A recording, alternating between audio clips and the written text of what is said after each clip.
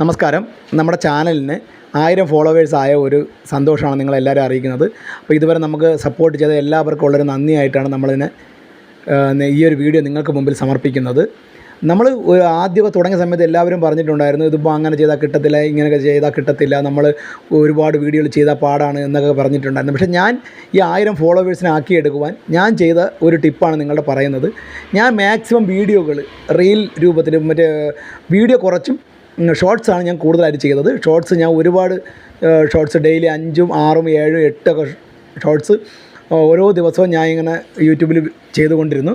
അപ്പോൾ ആദ്യമൊക്കെ നമുക്ക് വ്യൂവേഴ്സ് കുറവായിരുന്നെങ്കിലും പിന്നീട് ഒരുപാട് ആൾക്കാരെ കിട്ടിയിട്ടാണ് നമുക്കിപ്പോൾ ഇത്രത്തോളം ഫോളോവേഴ്സ് 1000 ഫോളോവേഴ്സ് നമുക്ക് കിട്ടിയത്.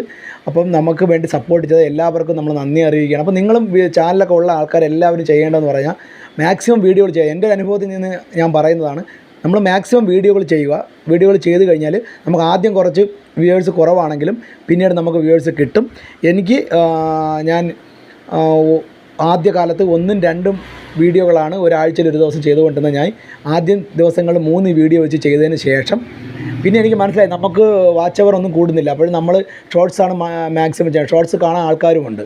അപ്പോൾ നമ്മൾ ഒരുപാട് ഷോർട്സ് ചെയ്തു തുടങ്ങി, 7, 8 ചില ദിവസങ്ങൾ ഞാൻ 10 ഷോർട്സ് വരെ ചെയ്ത ദിവസങ്ങളുണ്ട്. അപ്പോൾ അങ്ങനെ മാക്സിമം ഷോർട്സ് ചെയ്തിട്ടാണ് നമ്മൾ ഇത്രയും വ്യൂവേഴ്സിനെയും നമുക്ക് ഫോളോവേഴ്സിനെയൊക്കെ നമുക്ക് കിട്ടിയത്.